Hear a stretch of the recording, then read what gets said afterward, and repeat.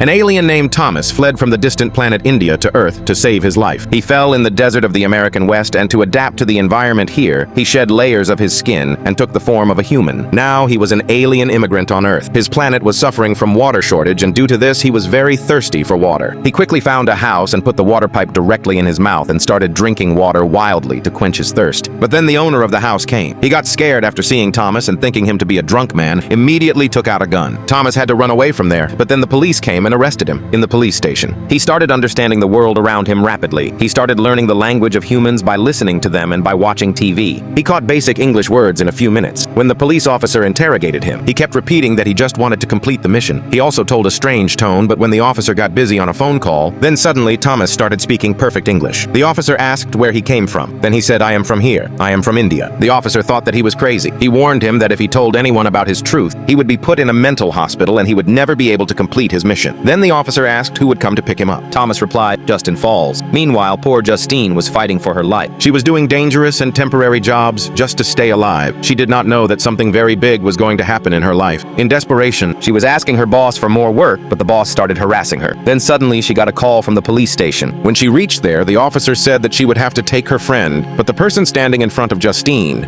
she had never seen before. She refused to recognize him and said that there was some misunderstanding. But then Thomas read out the words of her college thesis. "Shah," he said, "you did not fail then. I can help you complete your research." Justin thought that this was some science-obsessed man who was following, but Thomas again started mentioning that strange Kuhn Nordnet. In anger, Justin warned him, "If you fail me, then I can help you complete your research. Or if you come close to my family, I will kill you."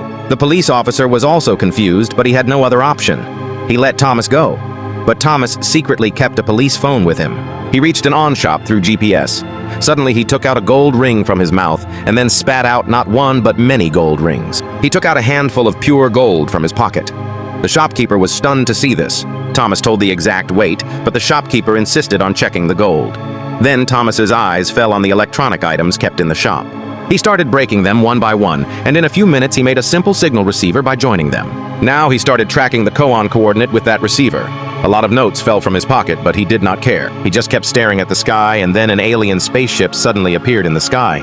He felt as if he had returned to his planet, but as soon as he got lost in the memories of that ship, a strong punch hit him on the ground. He fell on the road, and all the cash from his pocket was looted. At the same time, Justine was going home in her car. On the way, she saw that Thomas was being attacked. For some time, she kept thinking whether she should help or not, but finally she stopped the car and went forward to help him. Now Justine's life was going to change completely.